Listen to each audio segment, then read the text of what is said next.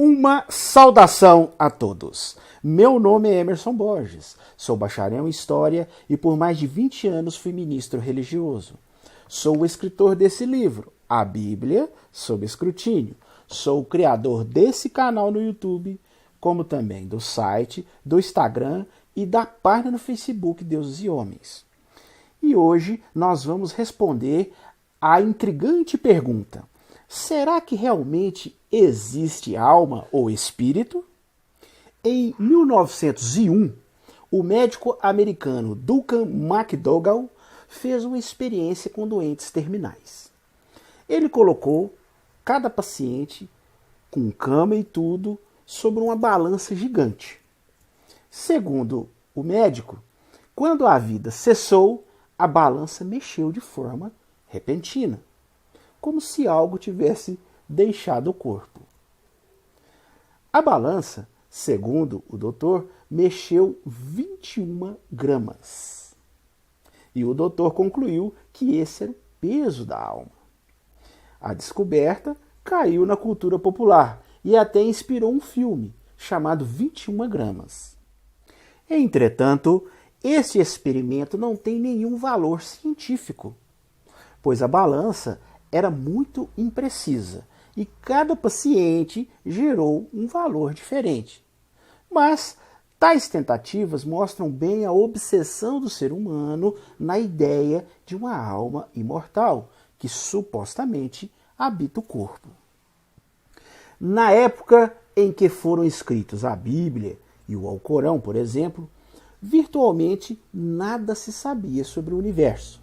Acreditava-se que a Terra era o centro do universo e que todas as formas de vida haviam sido criadas simultaneamente, em suas formas atuais, em um passado recente.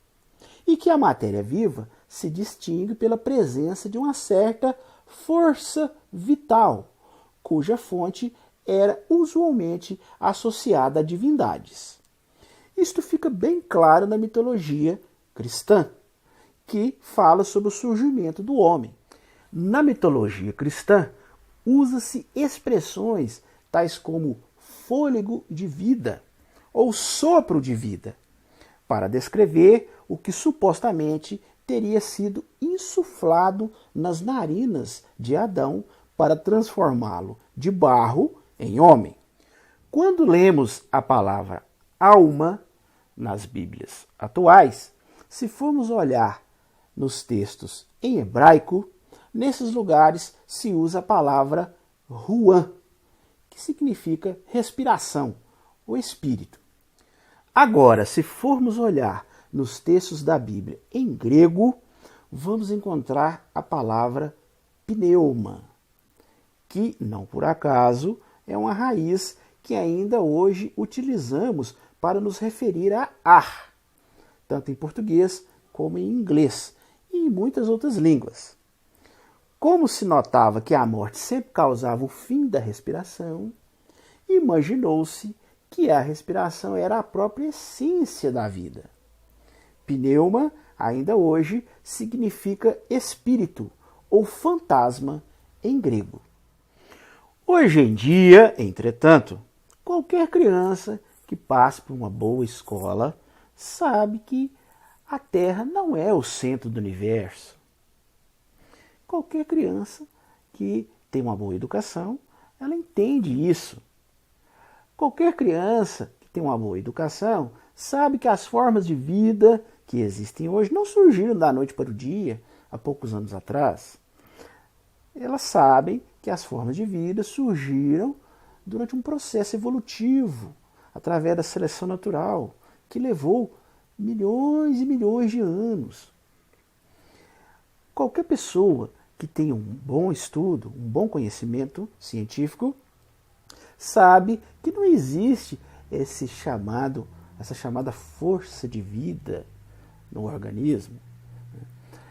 As pessoas sabem hoje que o nosso corpo é formado por elementos químicos que também estão presentes em compostos inorgânicos, né? Compostos que formam o universo, como, por exemplo, o hidrogênio, o carbono, o oxigênio e o nitrogênio. Esse tipo de conhecimento básico, ele é consensual no mundo científico e ele é consensual, né, no ensino hoje.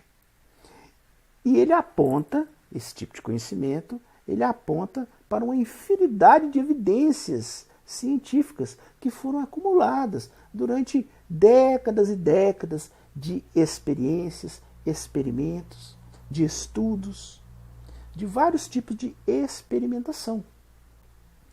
O grande problema é que hoje nós vivemos numa era de grande ignorância científica, em que a maior parte da população desconhece os elementos mais básicos do conhecimento científico.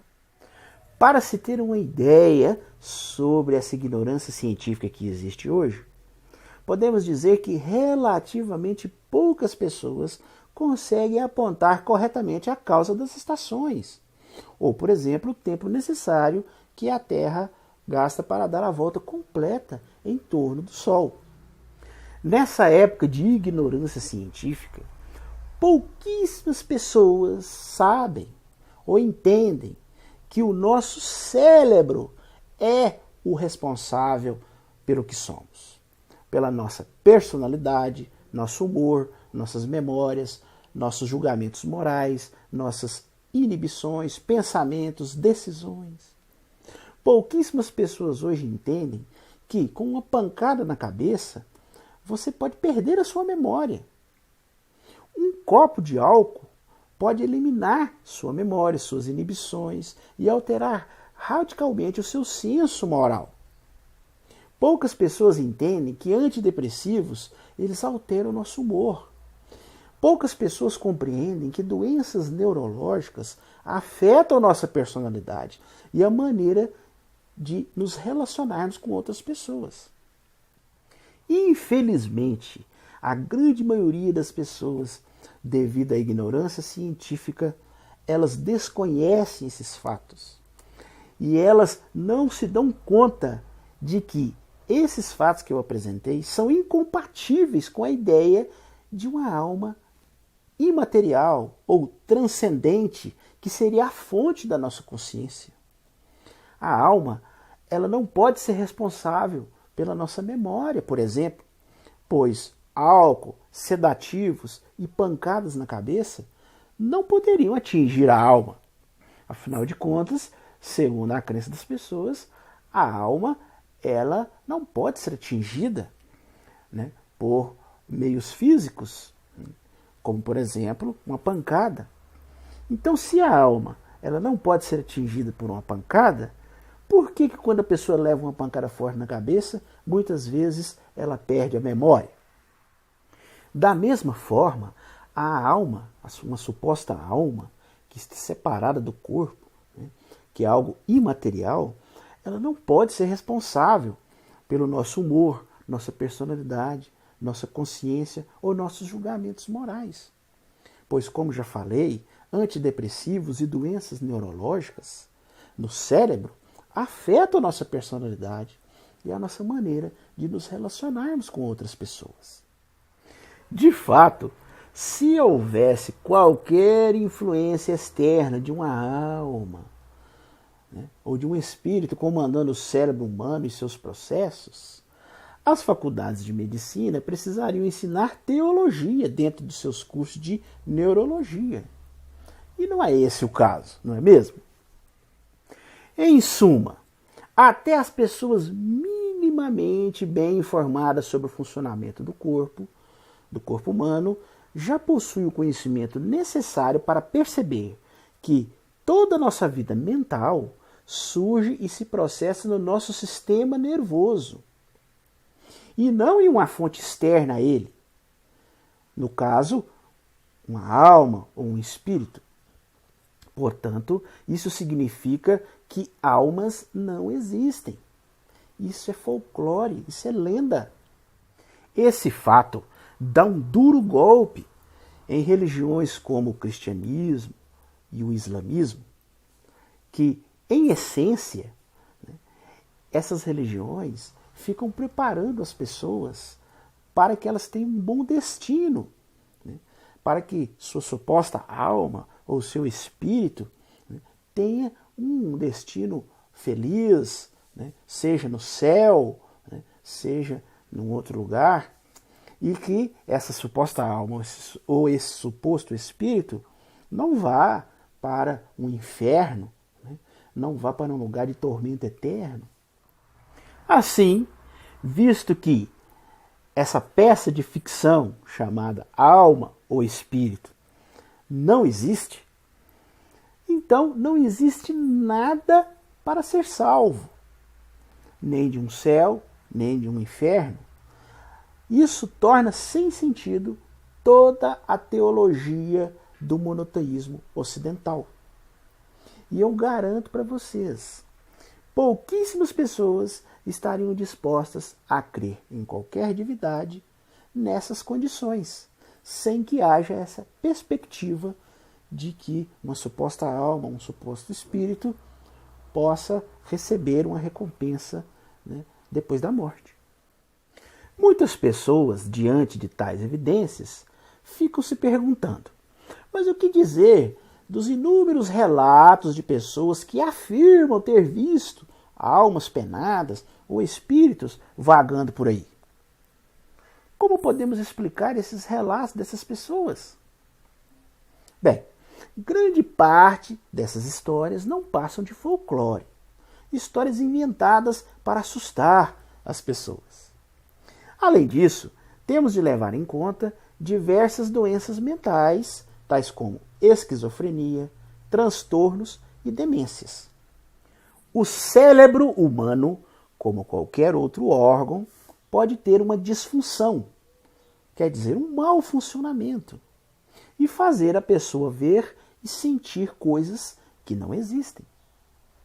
Com o uso de medicações, né, se a pessoa tiver ali uma medicação correta, ela para de ver essas coisas e para de sentir essas coisas.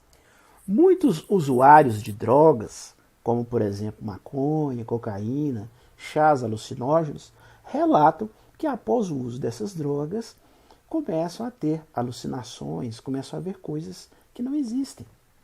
Isso nos mostra que o cérebro, né, se ele for estimulado por algumas substâncias, ele pode fazer com que a pessoa veja coisas ou sinta coisas que não existem.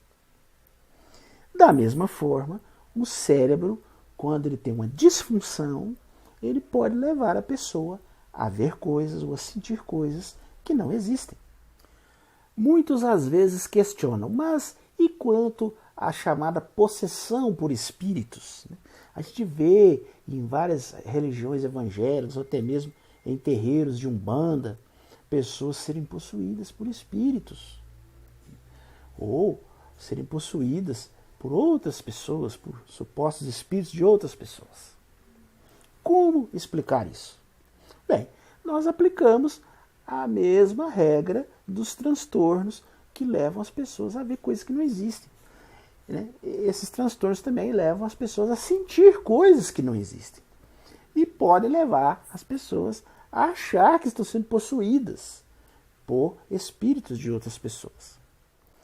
A psiquiatria e a psicologia já descobriu as causas dessas supostas possessões de espíritos. A psiquiatria chama tais supostas possessões de histeria, né?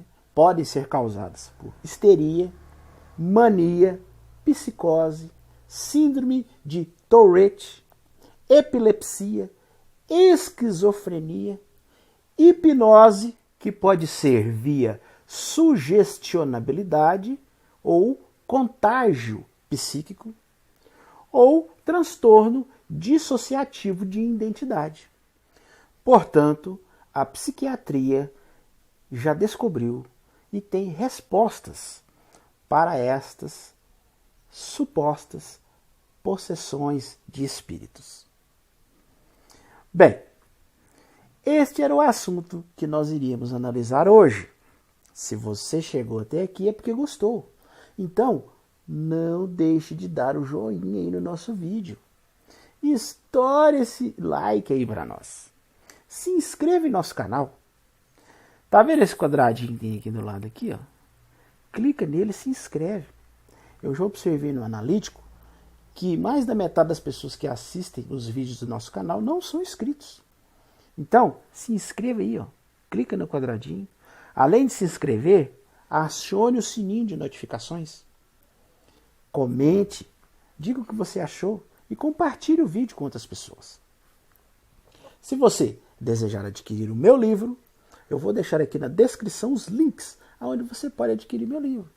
Meu livro hoje é vendido nos principais sites de venda online do país, como a Livraria Cultura, Saraiva, Submarino, e até mesmo no meu site você pode adquirir o meu livro diretamente do meu site.